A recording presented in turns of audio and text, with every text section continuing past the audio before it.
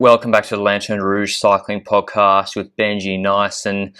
I'm obviously back in the living room, not in my green screen environment. I've just had a minor meltdown with internet connection issues at 3 in the morning, so bear with me. But anyway, we're here for Omloop Het Nieuwsblad, men and women's recap. It's going to be a big podcast. Make sure you download it on your Wi-Fi, not on your data plan, because you may exceed whatever megabyte, gigabyte limit you have.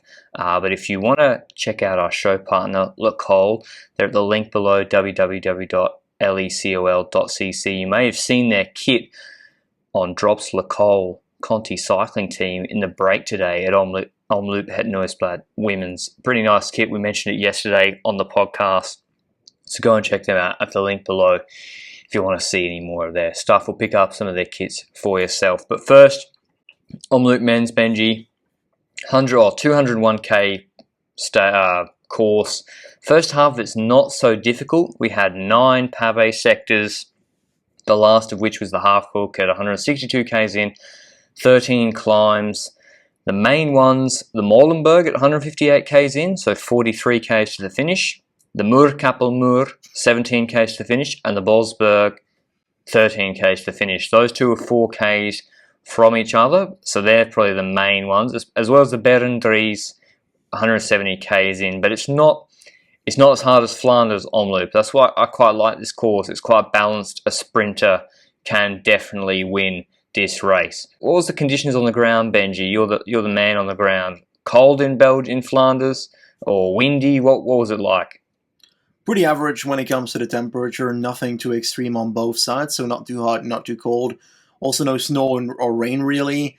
I think the wind was also pretty mediocre. There was no real proper wind to say, oh, echelons are going to happen or anything. That was not really the case on this beautiful day. So pretty average everything. It's not like I was expecting something weather related to happen among the parcours really.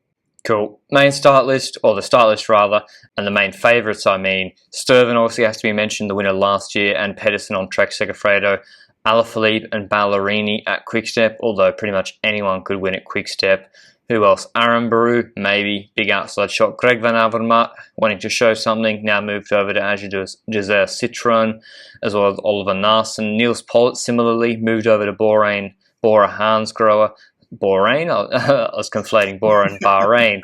Bahrain, Heinrich Hausler, maybe Benji's favourite rider. How could he go today? As well as Stefan Kung and Jake Stewart, the young Brit at Groupama, and a few other names like Pidcock, his first major race for Ineos, rather, first World Tour race for Ineos. They also have the young Ethan Hayter there, Owen Dool, Gianni Moscon, pretty strong team. Sepp van Mark just moved over to Israel Startup Nation. So a lot of big names who should be good at the cobbles have moved teams wanting to show something. Christoph has to be mentioned at UAE Team Emirates. No MVDP for Alpecin. They had Philipsen instead as their sprinter. Thijs Benoot, Roman Bardet, surprise selection. Soren Kragh at DSM. I missed anyone else, Benji? Anyone else you thought could actually have a chance of winning this race that I haven't mentioned? I don't think necessarily. I liked Arjen Livens for a bit of a sneaky top 10, to be honest, because he's been doing really well throughout, I think, Provence or Ovar. I think it was Ovar. But all in all, those are the names that you want to hear. When it comes to the bookies, that was Alaphilippe on top and Ballerini in second. So the Koenig Quickstep really has the main favorites here at the start. Got to keep that in mind.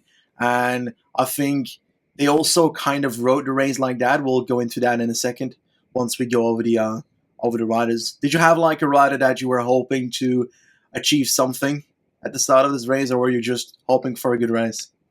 Olav Koe for Team Jumbo-Visma. I love when the super young riders do well early. Apparently he was beating Decker in some of the sprints on the Jumbo-Visma camp. So Olav Koe was a man I was really watching to see how he would go.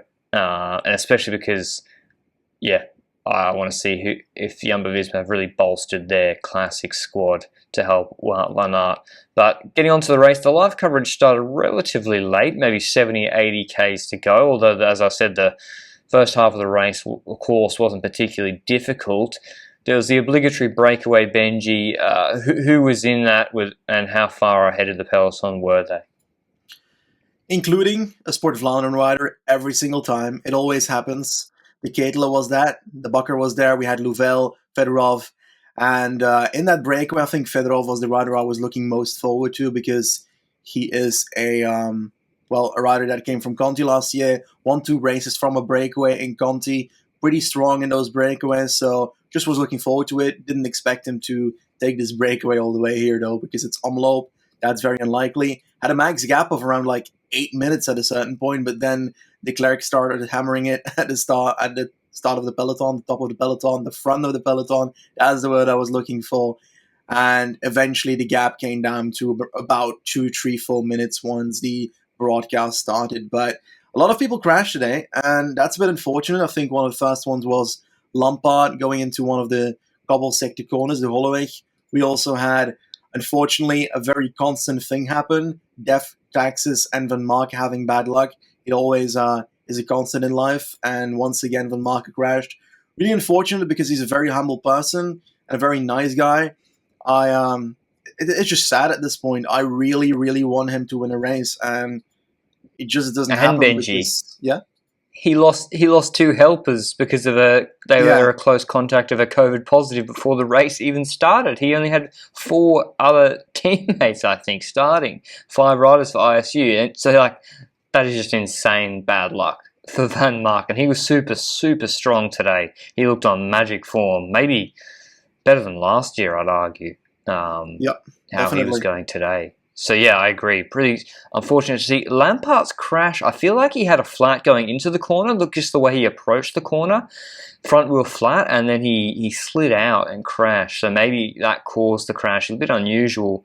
But yeah, that was with about 51 Ks to go, I think. And so, as you might have guessed, with 51 Ks to go, Lampaard leading the main group, which is pretty much all together, and just a obligatory breakaway up the road, not too much has happened. And then we hit the Molenberg, and things start to really heat up. The race went from dawdling to crash hot, going into the Molenberg. Just before then, Trek went to the front, Turns, Pedersen, Sturven, all the people you'd be expecting at Trek to be at the front, because they don't want to be behind if someone like Alaphilippe attacks on the climb. But what happened, Benji? I saw 15 riders plus take a shortcut across the road, across the footpath on the Molenberg, nearly hitting a pedestrian. It's against the rules. Do you expect the UCI to crack down on it? I don't think they will. What do you think is the next steps from here? Should me and you just stop complaining about it and accept it, or what's the solution? Because I don't think it's acceptable.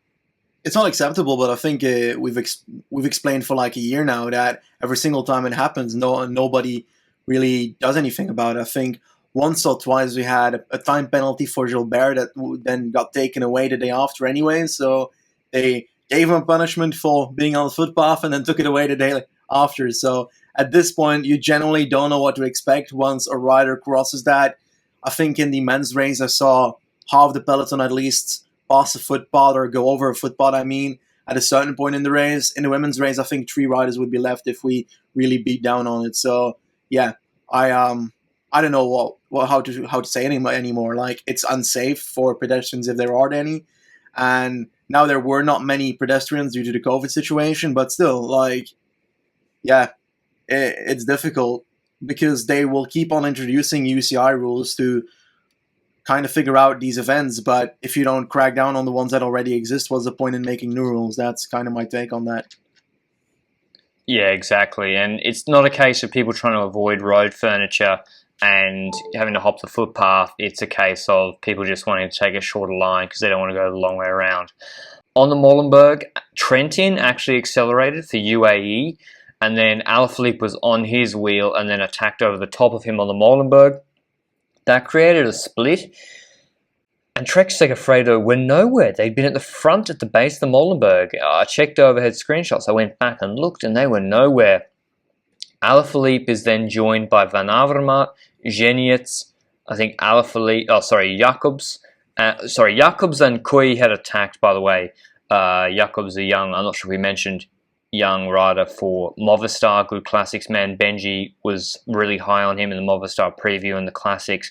Kooi obviously new rider at Jumbo-Visma. They were in a break. They then got subsumed by that Van Avermaet, Genius, Ballerini, Gogol, Koy, Pidcock, Laporte, Stibar, Lervel, Levens. But that group formed in dribs and drabs. So like Alaphilippe went on the Molenberg, then a few went over. I think Van Avermaet and co.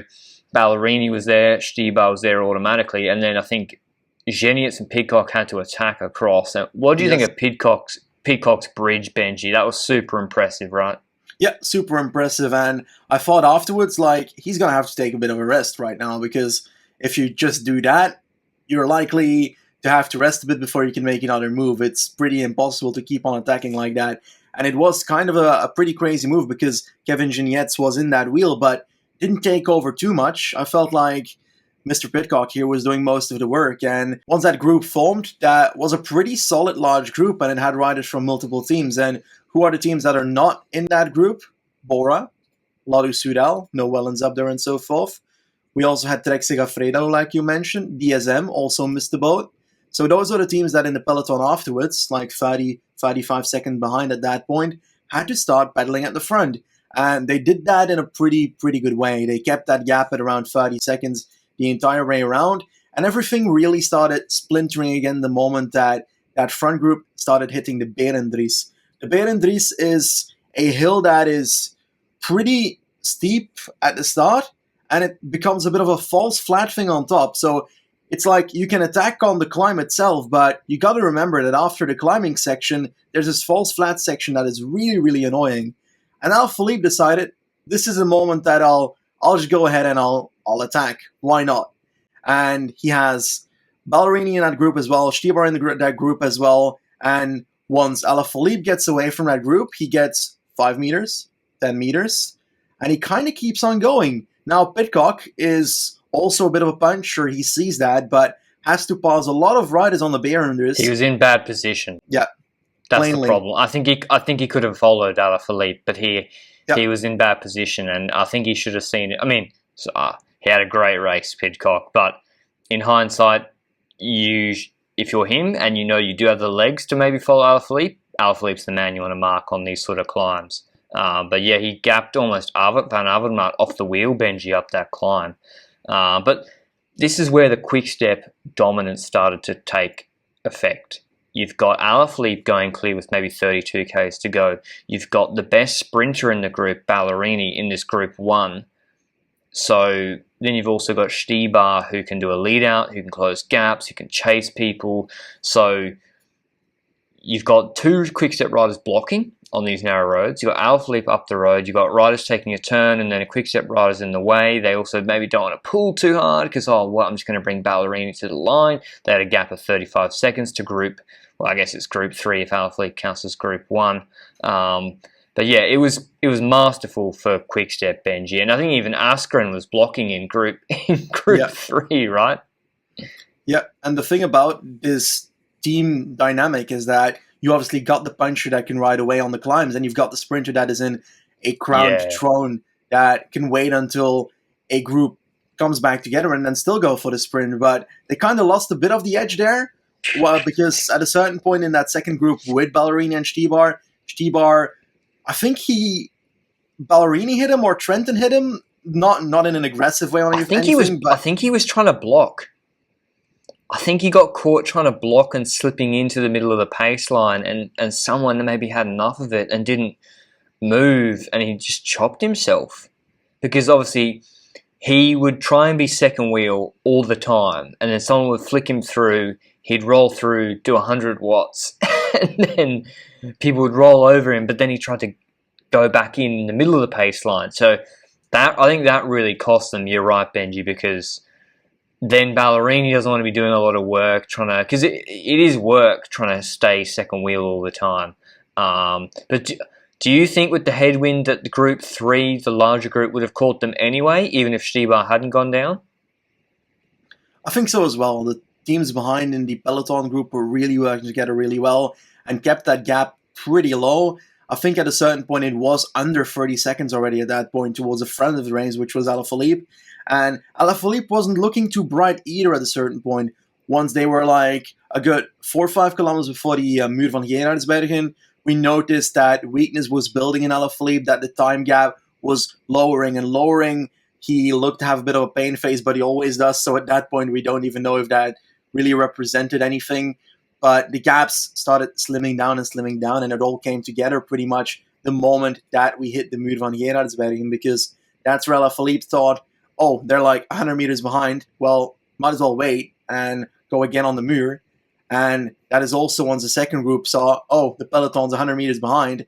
Why would we go right now if we can try again on the Muur? So if everybody decides that, then all the groups come back together on the first spot of the Muur. Because if you don't know the Muur van Gerardsbergen, well, most of you will, but the first section is a bit of a not so steep climbing section into the city of Gerardsbergen. And then afterwards, you've got a steeper curved climb around the Kapelmuur, which tops eventually, and then you go into the descent. And in that first section is a wider road. That's where the groups came together, and that's where you saw that some riders came to the front that were not in those first two groups first. And one of those riders that was clearly up for something on the Muur was Johnny Moscon from Ineos. At first I was like, oh, Pidcock's going, but looked a bit too bulky to be Pidcock, too muscly. Pidcock is usually the very tiny guy on the bike, and I was like, that's not Pidcock. What are you, the English commentators? Because obviously Pidcock was every rider today.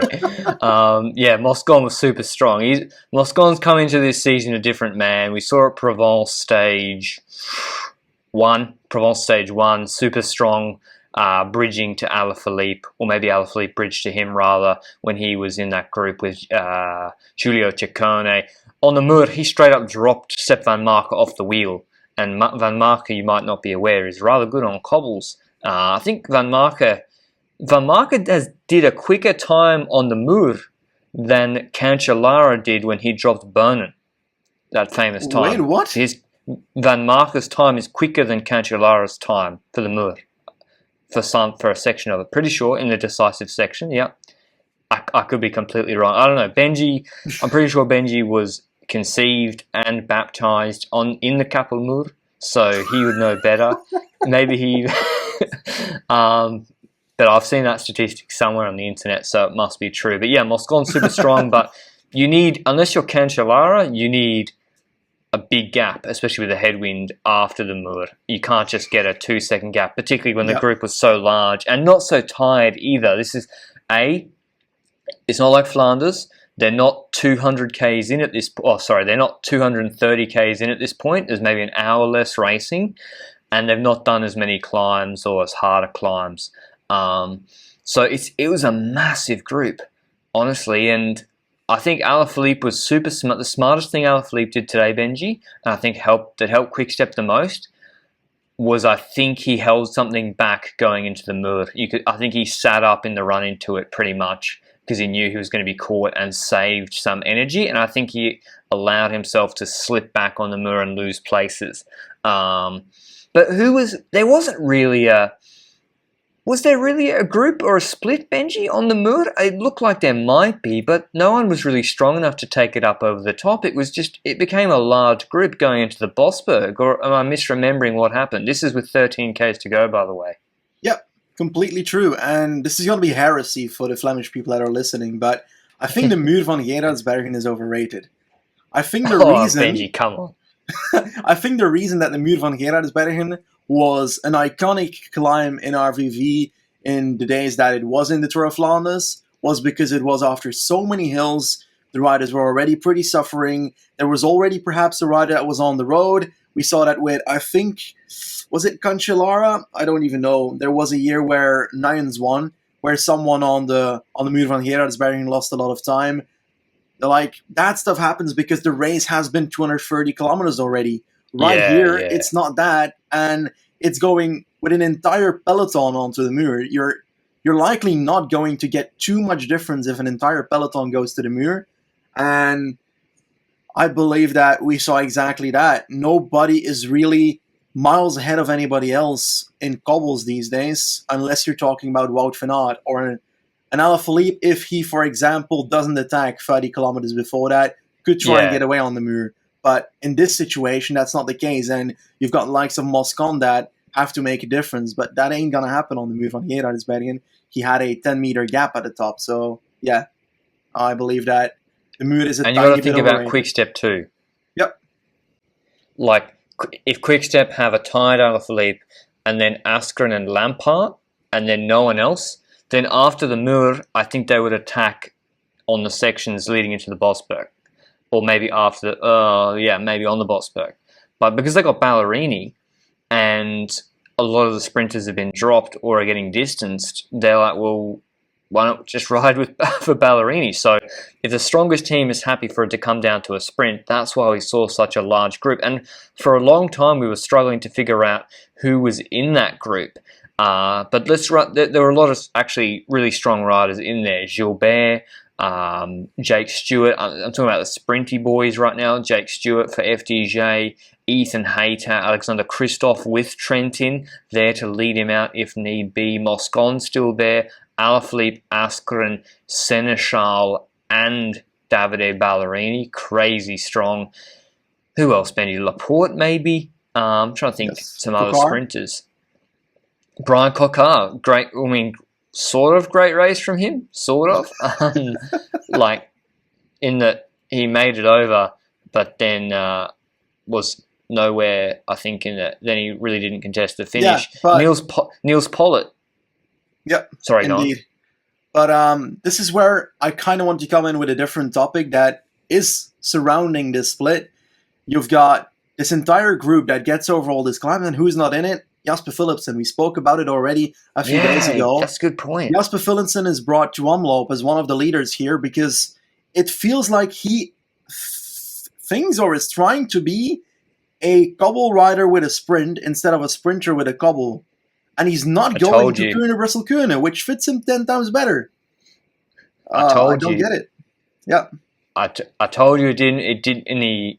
Actually, we never ended up doing Alpecin preview. We might, but when we did the UAE one, we talked about him leaving UAE. It didn't make sense to me him going to Alpecin, and I think we saw that today. I think he's a guy he should be focusing on winning Grand Tour pure sprints, and maybe Kuurne as a leader, not Omloop. Or maybe as an option in Omloop. So that didn't really make much sense to me. DSM made the split with a fair few riders. We only had the Bosberg coming up, but there was really no action on the Bosberg. It all stayed together. But DSM had Krah Andersen and Tej Benoot in that group. And that's why do you think, Benji, with Kristoff, Hayter, Ballerini, Stewart, Joubert, Aaron Baru, Pollitt, Garcia Cortina, Capio, why, with all those riders in there, do we not see attacks from someone like, or like Krah Andersen, for example?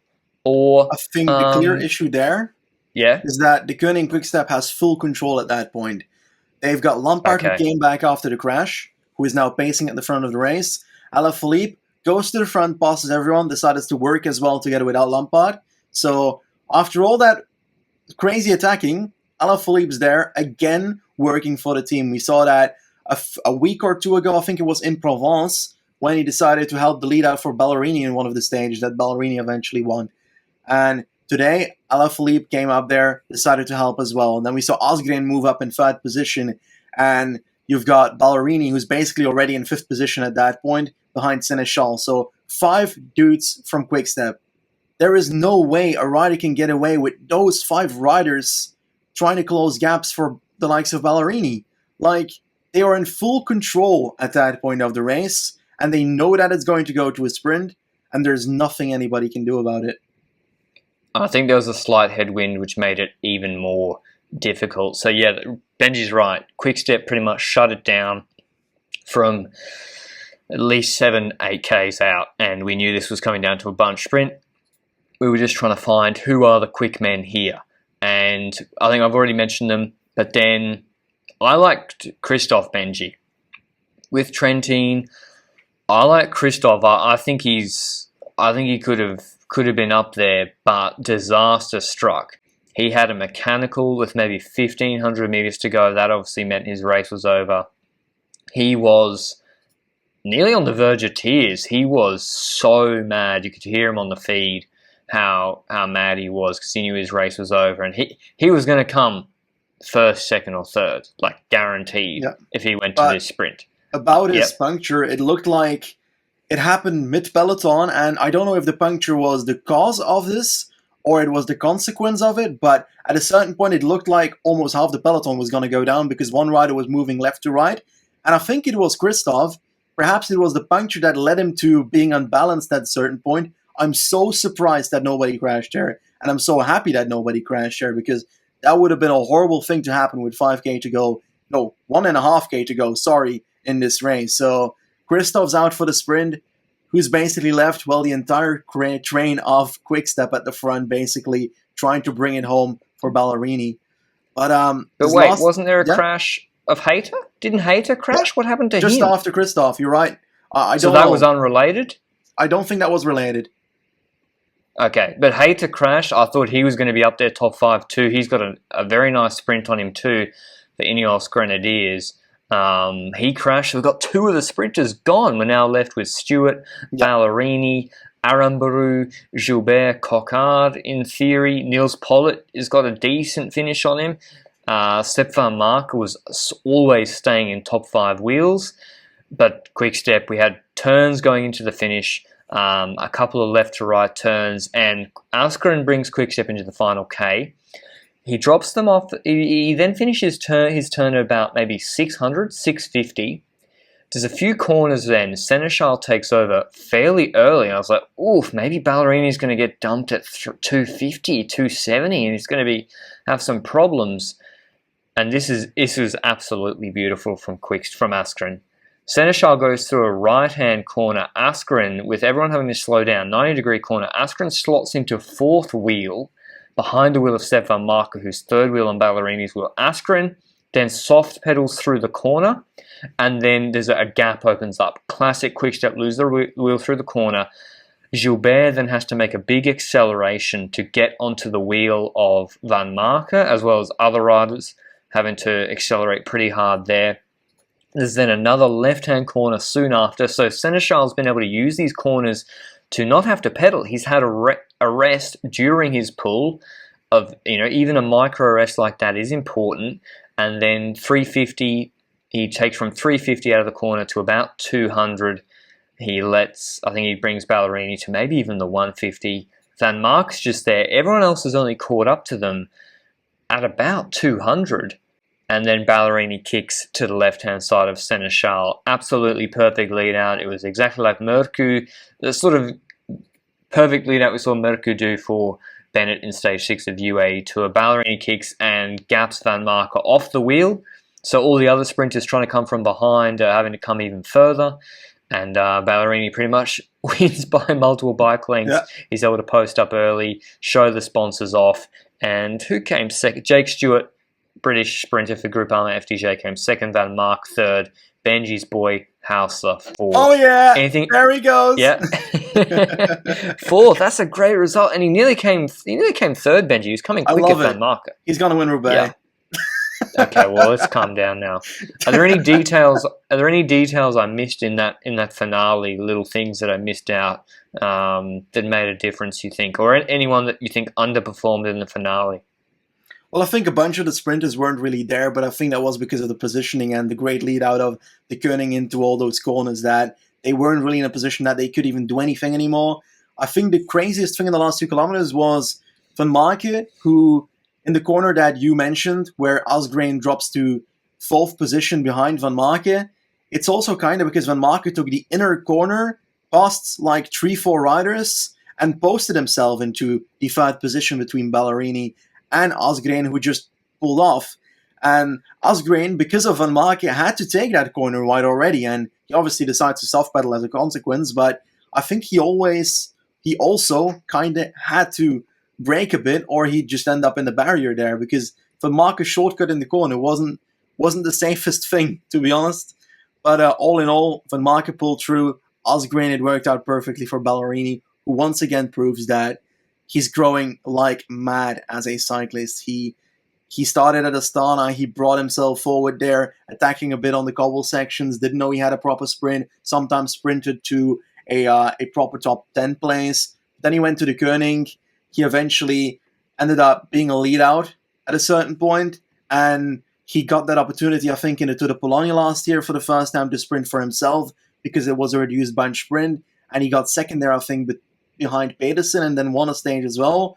And since then, it's been growth from this rider, and this entire month of February for Ballerini has been splendid so far, and I'd write him down for Gent Wevelgem. I don't know about that. I don't know.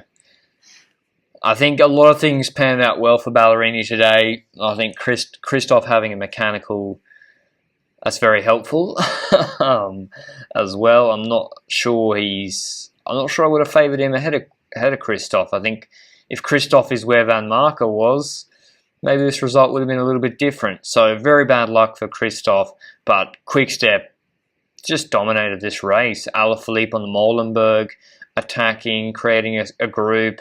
Ballerini and Stibar sitting in, tiring out the other riders in that group, and then all the other teams having to chase for, 15, 20 kilometers into before the Muur. So everyone's chasing before the hardest climb of the day. And then, once they got over those climbs, still with their main man Ballerini, they still had big numbers, strong riders, Askren relatively fresh, and they just shut it down. And then we're like, well, we got numbers for lead out. Seneschal, what a man to be leading out as well. A guy who came, what did he come, second in Gent Wevelgem last year behind Pedersen, or third? So super, super strong team and dominant performance. Alaphilippe, I don't think, I don't know, if MVDP was there with Wout van Aert, would they have stayed clear? I don't know. It was the headwind made it difficult today. I definitely think Alaphilippe's attacks were tactically very good and definitely put Trek under a lot of pressure. Have you seen anything on Twitter, Benji, about this? Because I saw one message. I don't know what happened. I saw one tweet by Trek saying, please hit the reset button. Literally that. Because they didn't get into the top 30 or top 50 of the range, which is crazy with that team. Like, they had the Tridents, they had Turns, Pedersen, and they have Stuyven, and they're not in the top 30 or 50, I think. Something weird happened today. Pedersen 112th, Stuyven 83rd, their best rider 63rd, Alex Kirsch. I don't know what happened with them. That's really strange. I thought top 3 cobbled squad and a race that suits them more than Flanders, I think, with Pedersen a really strong sprinter and Stuyven winning last year at Omloop. Very odd. Any other stories, Benji? Jake Stewart second. Do you think it's a fluke? Nope. Or you think strong. That's very strong. I think he's legit too. Yeah. I think we said it like on, I don't know which race it was. It was the Bessèges after that time trial that he would also be good on cobble hills, most likely. And he showed that today. Hayter too. Yeah. Same climb on that TT. Hayter had set a really hot time. Yes, and he unfortunately had the crash at the end that, he would have been up there. He would have been in the top 10 most likely, I'd say. And there's a lot of these youngsters showing what they've got. Olaf Koy with that attack, Johan Jacobs with that attack. A little problem though, I said on my hot take at Movistar at the start of the season, Johan Jacobs is going to top 10 one of the 2 opening weekend stages. He's only got Kuurne left, and I don't know if he rides it. Most likely he does. So he only has tomorrow, otherwise my hot take is gone here. I think Olaf Koy missed a big chance today by attacking. I think it seemed obviously, at the time I'm not sure it did seem right attacking with Jacobs before anyone else had attacked. It was kind of a bit of a suicidal break. I think if he sits in with the Hayter group and it all comes back together, he's got to trust his sprint. Like, why not trust his sprint a bit more? Because he is quick. So I wish he'd ridden a bit more like a protected rider today, and we would have seen what he could have done. But yeah, no one in the top 40 for Jumbo-Visma. This is again the problem. Eenhoorn, Van Hooydonk and Rosen, no one in the top 40. Olaf Koy obviously was in that break and then dropped out because he kind of cooked himself. So apart from Decker, I'm worried about, and with Turnisson's injury, I'm worried about Wout van Aert's classic squad. He's going to be doing a lot of it himself, I think. But a memorable Omloop, I think, for me, Benji, although it did play out the way a lot of people expected, Quickstep dominating, and it was going to be one of Alaphilippe or Ballerini winning. They were up there in the betting markets. Any other notable stories from here? Anything else you've seen on Twitter that you want to mention? Not necessarily. I think we spoke about pretty much everything that happened at Omloop, and yeah, that's basically it for this race. Alright, hope you enjoyed the Omloop men's breakdown. Give the video a like down below if you did.